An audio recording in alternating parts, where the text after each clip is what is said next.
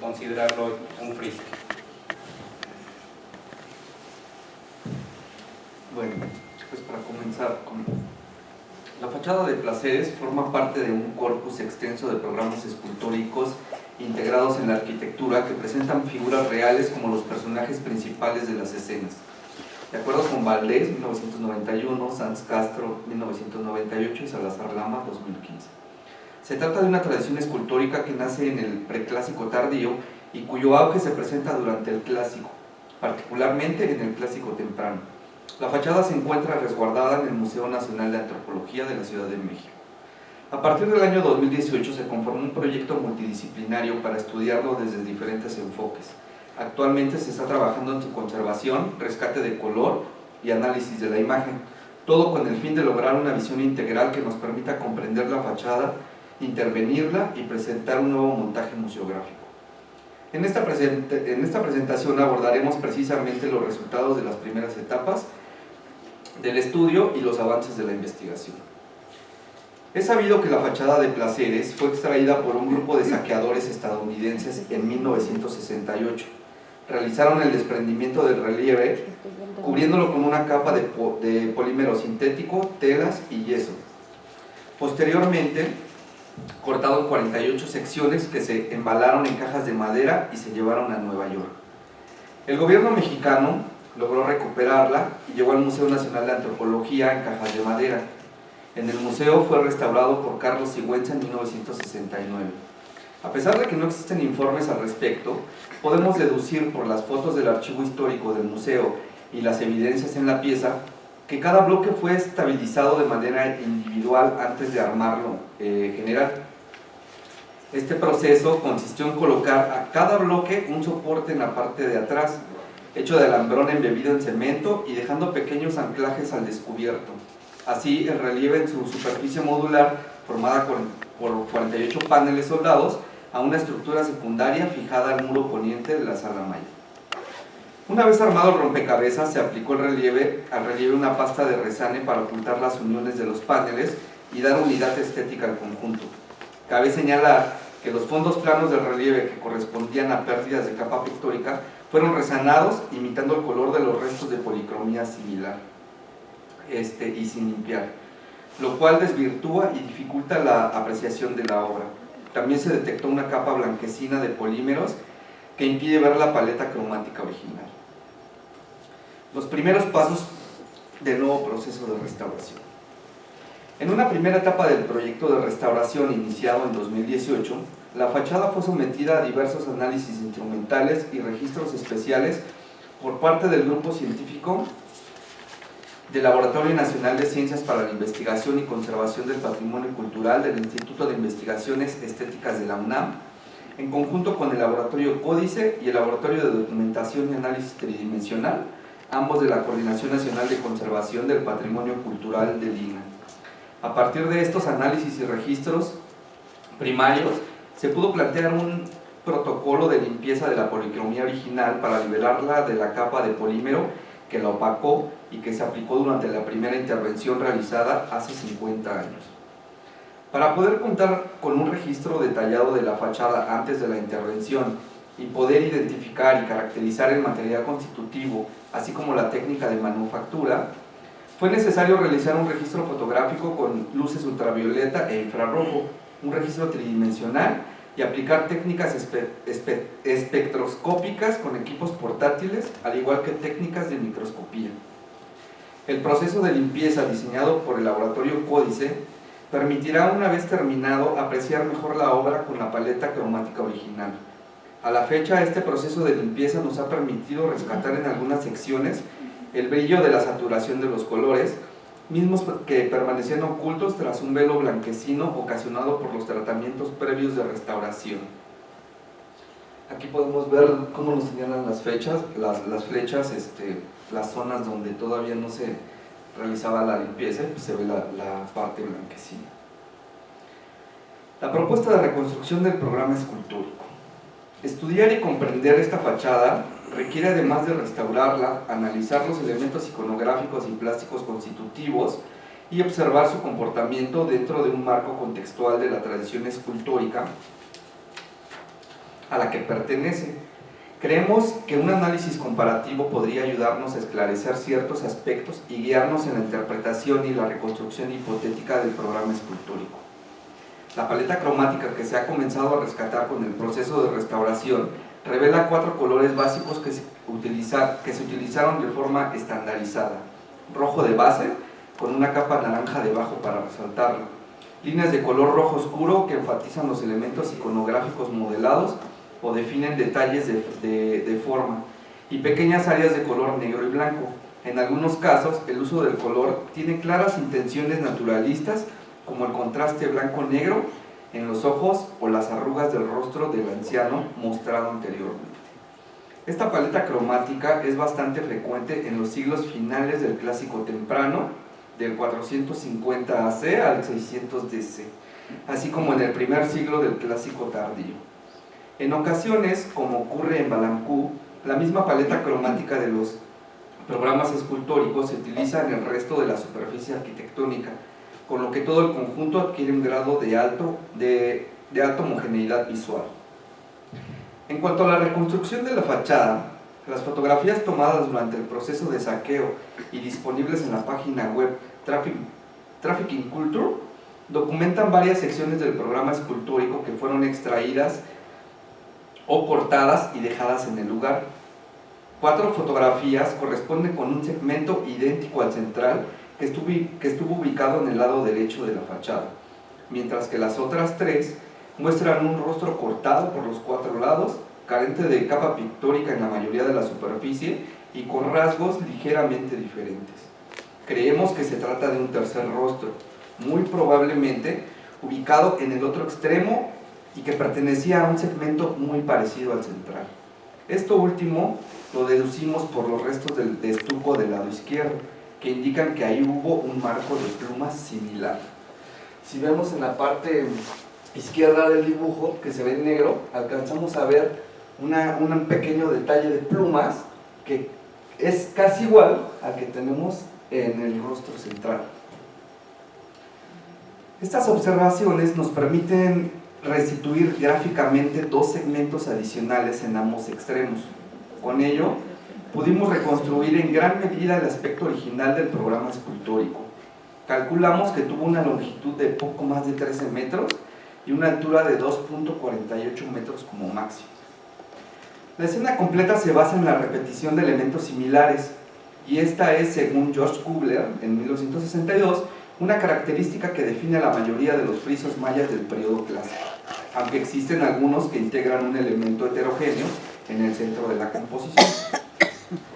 Con base en las dimensiones alargadas y la composición general de la fachada Placeres, también proponemos que se trata de un friso que originalmente estuvo ubicado en la sección superior de un edificio, por encima de los vanos de las puertas, similar a los frisos de la escultura 1A, subestructura de Balancú, y del edificio Pimiento de Xultún, y del edificio A del grupo 2 de Holmul, todos construidos durante el Clásico temprano.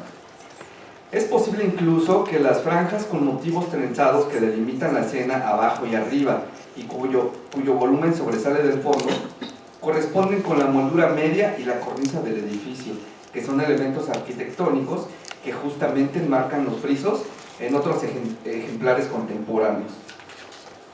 Entonces ahí podemos ver del lado izquierdo lo que sería una sección de un edificio con sus elementos arquitectónicos en comparación con la parte frontal de lo que sería el friso, y pues coinciden los elementos arquitectónicos del friso con los del edificio arquitectónico. El contexto de donde fue extraído el friso puede ayudarnos a inferir algunas características del edificio. Las fotografías muestran un montículo aislado de poca altura y alargado, y esto corresponde tal vez con un edificio bajo con un frente amplio de al menos 13 o 14 metros, que es la extensión que conocemos del friso. Creemos que su aspecto sería parecido al de los edificios de Xultún y Holmul mostrados antes, y contar con una o varias entradas, como el edificio del friso de Balancú, siguiendo un patrón típico del Petén central y presente en varios sitios del sur de Campeche. Consideramos también que pudo tener un basamento escalonado igualmente bajo y ancho, y descartamos al menos de manera hipotética que haya tenido un basamento alto de tipo piramidal coronado por un templo. Un edificio con esas características no encaja con la forma del montículo mostrado. Reconstrucción virtual y propuesta museográfica. Retomando la reconstrucción en dibujo que se presentó con anterioridad, la reconstrucción virtual de la fachada de Placeres comenzó tomando como base un modelo tridimensional en nube de puntos, generado por el Laboratorio de Documentación y Análisis Tridimensional de la Coordinación de Restauración del INAH. Este modelo tridimensional fue procesado para transformarlo en una superficie en malla triangulada de la pieza. Adicionalmente, se realizaron 2 copias digitales del rostro central para posteriormente insertarlas en el modelo original, tal como se propuso en el dibujo anterior, con lo que se restituyeron los extremos faltantes del friso. Para el remate de los perfiles laterales, se reconstruyeron los motivos trenzados que enmarcan la escena y se conservó la misma inclinación que tuvo el relieve originalmente. En cuanto al edificio del friso, la reconstrucción también parte del estudio anterior, pero debe tomarse en todo momento como una propuesta hipotética basada en la observación de otros frisos y edificios contemporáneos, como los de Balancú, Holmul y Xuntún antes mostrados, y que son partes similares a la estructura 20 en su fase temprana de la gran acrópolis de Calakmul, observación basada en Reyes Ayala 2006. Sitio del cual Placeres es más cercano geográficamente y del que pudo tener fuertes influencias. La reconstrucción que presentamos en video es un ejercicio de visualización que permite comprender la ubicación del relieve, la relación espacial que mantuvo con la arquitectura y las características básicas del programa escultórico. Pues aquí lo que mostramos pues ya es como el resultado de todo este análisis que se hizo tanto de iconografía, arquitectura y los ejemplos que tomamos de arquitectura contemporánea a esta zona del PT. Qué padre.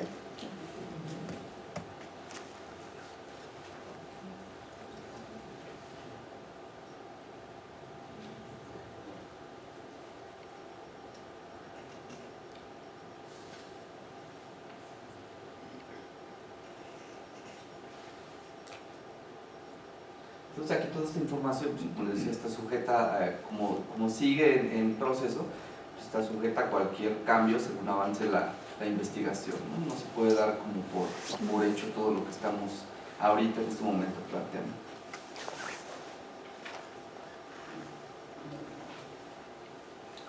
En nuestra propuesta final se aplicó color a la superficie del modelo 3D. Para lograrlo fue necesario trabajar previamente con un mapa de textura y considerar la paleta cromática original identificada en los análisis de laboratorio. Finalmente se colocó la iluminación tomando como referencia la luz natural que se observa en las imágenes del saqueo. Con todo el material resultante de las primeras fases de investigación y restauración y tomando como base el ejercicio de visualización del video anterior, la propuesta museográfica final contemplará la proyección de un videomapping sobre la pieza original. El objetivo es mostrar al público una serie de imágenes o animaciones 2D y 3D que incluirá el proceso de investigación, las intervenciones que se han hecho de manera progresiva, las partes originales del friso que se han podido liberar del material de resane y del color adicional colocado en 1969, el rescate de la paleta cromática y la restitución de los elementos faltantes en ambos extremos. El video mostrará el volumen y el color, la reconstrucción completa de la escena a partir de un estado original y la inclusión de las secciones del relieve dejadas in situ, así como la ubicación del programa escultórico en un plano arquitectónico hipotético, recreando en gran medida el contexto original de la pieza. Esta propuesta requiere que, adicionalmente, se intervenga el espacio museográfico de la Sala Maya, que se reacondicionará para obtener una mejor vista del friso, una superficie adecuada para la proyección y un lugar para la colocación permanente de proyectores.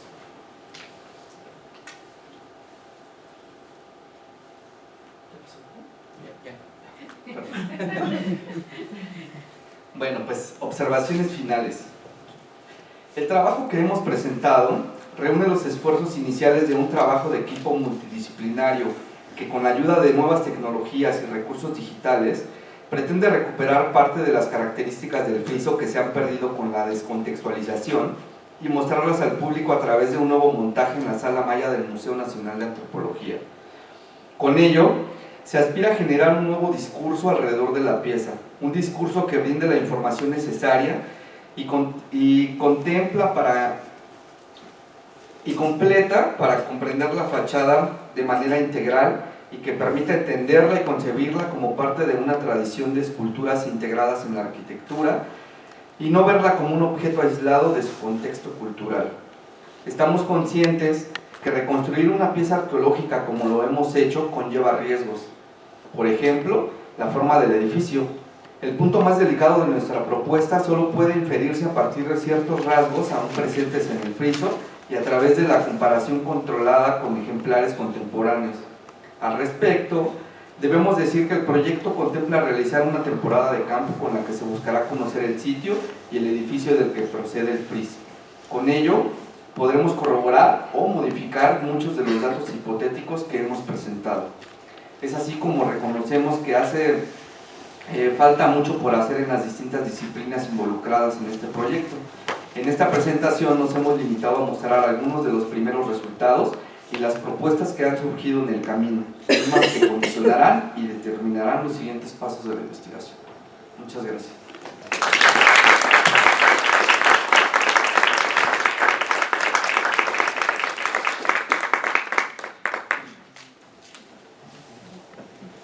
Este proyecto no este en sí, sino el asunto de placeres, nos lo presentaron ahora en el Consejo de Arqueología, entonces tuvimos la oportunidad de ver justamente cómo se encontraba este friso, e incluso tienen fotografías de cuando están generando el desprendimiento, que es pues terrible y lamentable, pero bueno, era en los 60s aproximadamente y había como otra intención. Primero era el rescate de esto, pero a la vez era pues el tráfico, ¿no? Era venderlo al mejor postor y afortunadamente esto se pudo detener. A mí me parece muy importante el ejercicio porque incluso cuando uno lo está viendo con estas fotografías, de todas maneras no se entiende a pesar de que está en el sitio, porque el nivel del relieve está a nivel de piso. Entonces seguramente hace falta todo el trabajo de excavación hacia abajo.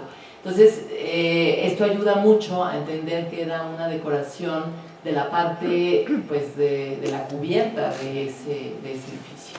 Entonces sí, a mí me parece que es muy buen ejercicio, sí lo contextualiza y además pues sí se ve que hay un proceso de investigación y ciertas referencias muy buenas. Yo lo único que la vez pasada hice el comentario, y yo lo volvería a hacer con ustedes, es que se hace como la aseveración de que puede ser, por ejemplo, el uso del modostuc.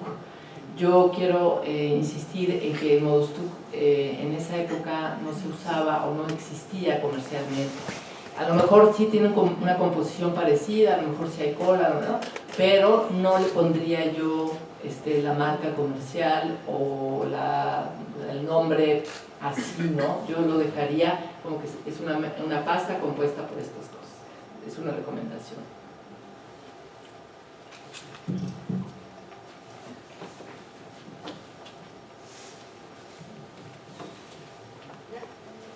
¿Alguna otra pregunta?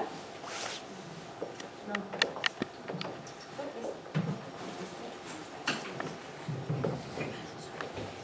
Bueno, pues sí.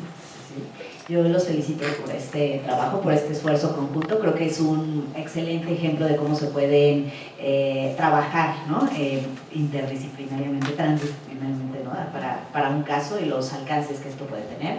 Creo que también es un gran ejemplo del potencial que tenemos, ¿no? También desde el laboratorio 3D, desde CODIS y los otros laboratorios de esta coordinación, impulsar estos proyectos de esta forma como más integrada, ¿no? Que nos van respondiendo preguntas de los materiales, de la conservación y también de aspectos físicos y morfológicos, ¿no? que se pueden pensar, pero que una vez que se llevan se pueden visualizar, digamos, te dan otras ideas, otras preguntas y bueno, es un camino que conviene recorrer juntos, ¿no? Entonces, Yo también quería felicitarlos, el trabajo está espectacular y creo, o sea, específicamente para el trabajo que hacemos de divulgación, me parece que pues nos permite realmente contextualizar mucho y enriquecer la comprensión de los objetos en el contexto en el que estaban, ¿no? O sea, hacer ciertas reconstrucciones. Entonces, yo sé que trabajan, por ejemplo, muy de cerca con el programa de educación porque hay un componente allí de divulgación que podemos explotar y bueno, pues fomentar que eso lo sigamos generando en proyectos de la coordinación. Yo no más agregaría por último, sí es importantísimo que vayan al sitio, porque eso se los van a preguntar en otro momento, ¿no? Pero muchas felicidades. Antes de lo del Modostuc, pues sí, evidentemente nosotros, bueno, yo personalmente no tengo ninguna referencia de cuándo empezó a fabricarse pues, como marca, ¿no? Como marca. Como marca. En antropología existía no sé si existía o sigue existiendo, la hipótesis de que era una pasta que preparaba el restaurador Sigüenza y que solo él conocía, ¿no? Solo él fabricaba y todo eso. Durante todo el proceso de análisis, cuando hacemos la revisión con imagen nube, sí vemos diferencias de las pastas. De hecho, llegamos a pensar que eran seis tipos de pastas, pero ya con el análisis microscópico no hay manera de que la pasta aplicada en una pieza tan grande sea tan homogénea. Entonces tiene que ser forzosamente de un proceso industrial, o sea, haberse generado en algún proceso industrial. Y las diferencias que nosotros vimos respecto a que habíamos pensado que eran 6 tipos, en realidad es por el aditivo de cola. Se aplicó en diferentes momentos, en diferentes formas, que el deterioro de la misma pasta fue diferencial y nos daba la respuesta al UV de diferente forma. Entonces, nosotros, el espectro infrarrojo empata perfectamente con Modostuc y es por eso que hicimos, pues es que no es una pasta que se haya preparado, por ejemplo, en varios lotes, ¿no? Pensando en el tamaño de la pieza, que no creímos que no es algo que vayas a pensar que vas a restaurar una pieza de ese tamaño y que prepares toneladas, ¿no? Sino suponíamos que conforme iba haciendo el proceso de intervención se iba preparando lo necesario y al encontrar una pasta tan homogénea, pues vemos que la única manera de que eso fuera factible es que haya sido preparada de una manera. La pregunta en concreto, ¿para qué lo podemos hacer? ¿Cuál es exactamente la composición? ¿Cola? Cola, carbonato de calcio y yeso. Pero no necesariamente eso te implica que sea la marca comercial Modostuc. Sí, no. Entonces yo lo único que creo conveniente para que ustedes no la etiqueten en equivocación, no le pongas, porque cola, carbonato de calcio y eso se ha hecho, digo que a lo mejor puede haber variaciones de porcentajes de carga o del aglutinante, eso seguro, pero yo no me arriesgaría a ponerle etiqueta. Y menos cuando supuestamente fue una intervención desde los 60. Sí, por eso te digo, yo no... Entonces, no, digo, es una recomendación porque si no, pues, ahí puedes caer en un error porque el Modostuc se empieza a hacer de manera, o utilizar de manera generalizada, por lo menos en restauración en los 90. Y la marca, sí sería interesante saber si es desde antes, ¿no? Pero hasta podría ser parte de la investigación, ¿por qué no? Creo que se empieza a fabricar en los 70. Pero bueno, pues ahí será cuestión de ver. Sí. Hola, y bueno, respecto nada más como al comentario que decían, ¿no? Que estaría súper bien que se visitara el sitio, pues se está trabajando en eso, porque el sitio de placeres, si bien se conoce que hay un sitio de placeres, pues no sabemos si es ese Placeres. Realmente no se sabe a dónde está el edificio, nadie absolutamente lo sabe.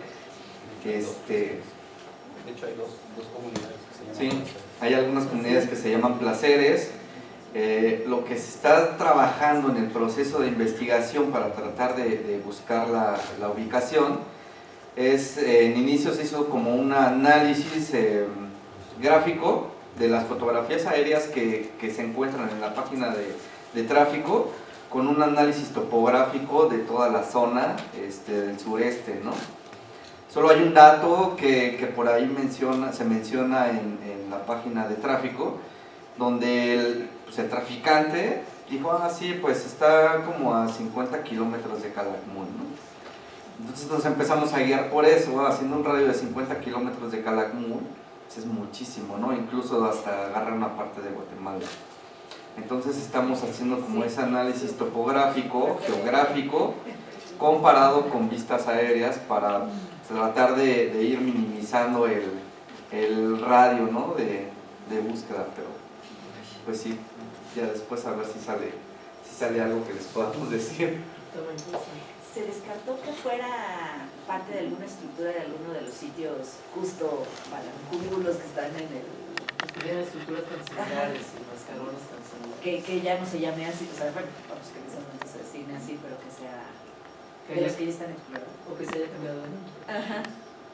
Pues eso, hay un participante que es el doctor Daniel Salazar Lama, que es el que se ha estado como encargando de toda esta comparación iconográfica para ver si realmente tiene como una relación más directa con alguno de estos sitios o solamente pues fue esta influencia, ¿no? de temporal de un sitio con otro, pero o sea, no se sabe si realmente pertenece a un sitio, ¿no? Es que está difícil porque en un mismo sitio ves evolución en las representaciones, ¿no? Entonces... Sí, claro. Sí, sí. Bueno. Gracias. Gracias. Sí, sí.